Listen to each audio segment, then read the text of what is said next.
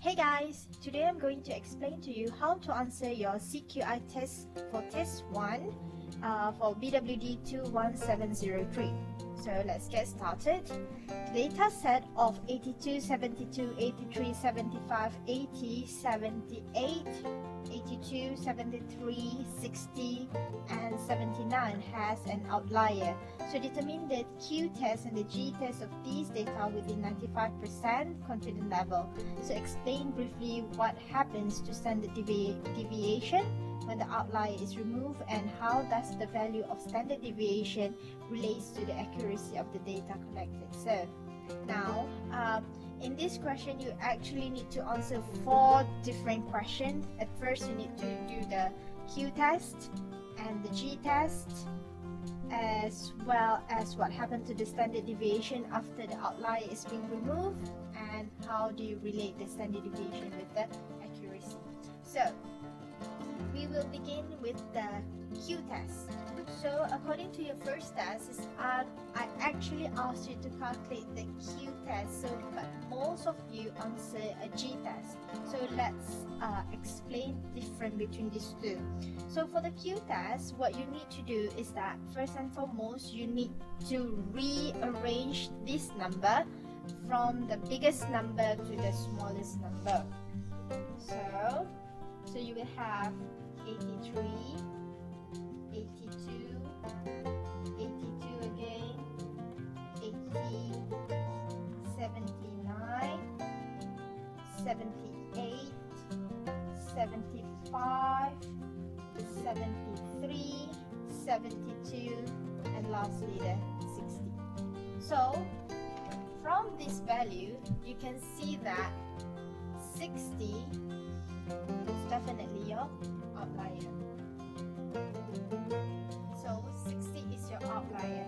So we can say that this is your Q. So the number next to it is what we consider as X n plus 1. Okay. So when you want to calculate the Q test,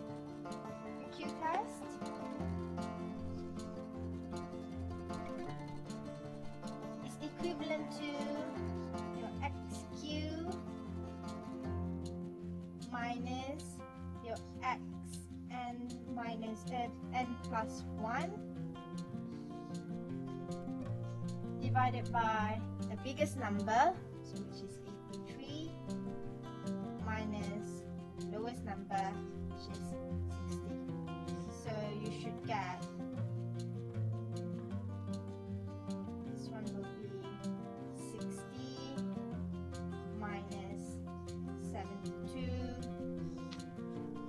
83 minus 60. So when you calculate this one, you should get 0.5217. Alright. So when you have calculated this value, you need to check on the table. Please be careful when you look at the table. Now we are going to calculate Q test. So you need to look at the critical value for the Q instead for the G. So the number of data here is 10. So it's 10. 1, 2, 3, 4, 5, 6, 7, 8, 9, 10. So at 95% confidence level, so 95%, number 10, your Q critical is equivalent to this one, 0.466. Say, so now what you have calculated is Q test is equivalent to 0.5217. Therefore, see, Q test is bigger than Q critical. Therefore, you need to remove the outliers. Alright, so that's the first one. Okay, the second part is what we want to calculate the G test. So for the G test, the calculation is a little bit longer as compared to the Q test. So for the G test is equivalent to xq minus the mean divided by the standard deviation. So what you need to do is you need to calculate the mean and the standard deviation first. So for the mean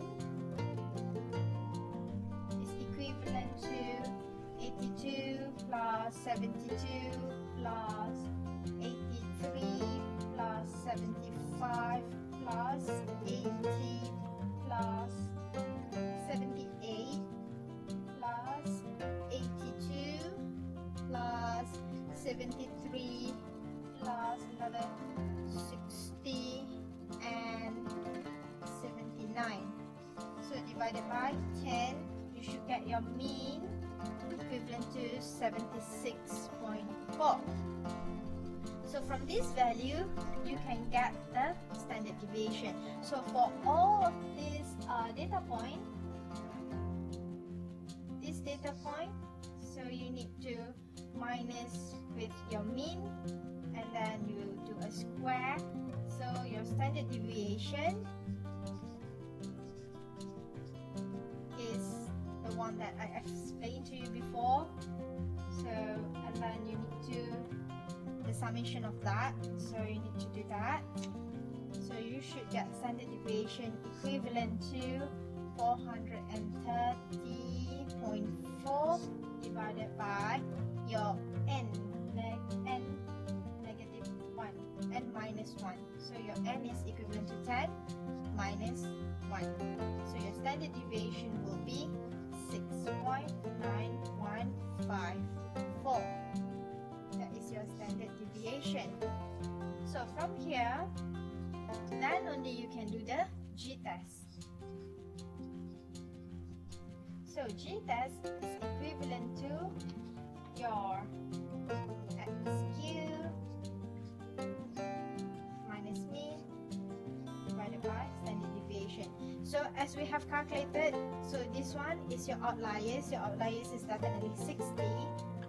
So your mean is 76.4, the one that we have calculated before, and your standard deviation is 6.9154. So after you calculate this one, you should get your G test equivalent to 2.3715. Okay, what next? You need to check on the table again. So for the G test, you need to look at the critical value for G. Same thing, the number of data, the data point is 10, and you need to have the 95% confidence level. So your G critical should be 2.290. So G critical is equivalent to 2.290, and G test is equivalent to 2.3715. So same go, G test is bigger than your G critical, therefore you need to remove the outliers. Right, next, explain briefly what happened to the standard deviation when the outlier is being removed. So you need to calculate again your standard deviation by removing the value of 60 here. This is our outliers because the rest of the data point is 70 plus to 80, but this one is far as compared to the other data point. So we remove this 60, and you should be able to calculate back the standard deviation. It should be around 4.4922, the new standard deviation. Please show the calculation accordingly. And then the last question is that how does the value of standard deviation relates with the accuracy of the data collected? So basically, if you have a smaller value of standard deviation, we can say that the accuracy of your data that you collect are relatively high. So what we want is a small standard deviation rather than a big one. So if you can compare, initially the standard deviation for this data set without removing the outliers, it should be around 6.9154, and if you remove these outliers, if you remove this 60 from this data set, so you will get a standard deviation equivalent to 4.4922. So this is what we consider as less than the one that we had before. So means that the data point by removing the outliers is more accurate than the one with the outliers. So I hope you can understand this part of the chapter. So I wish you all the best, and we'll see you again virtually or physically. So take care. Goodbye.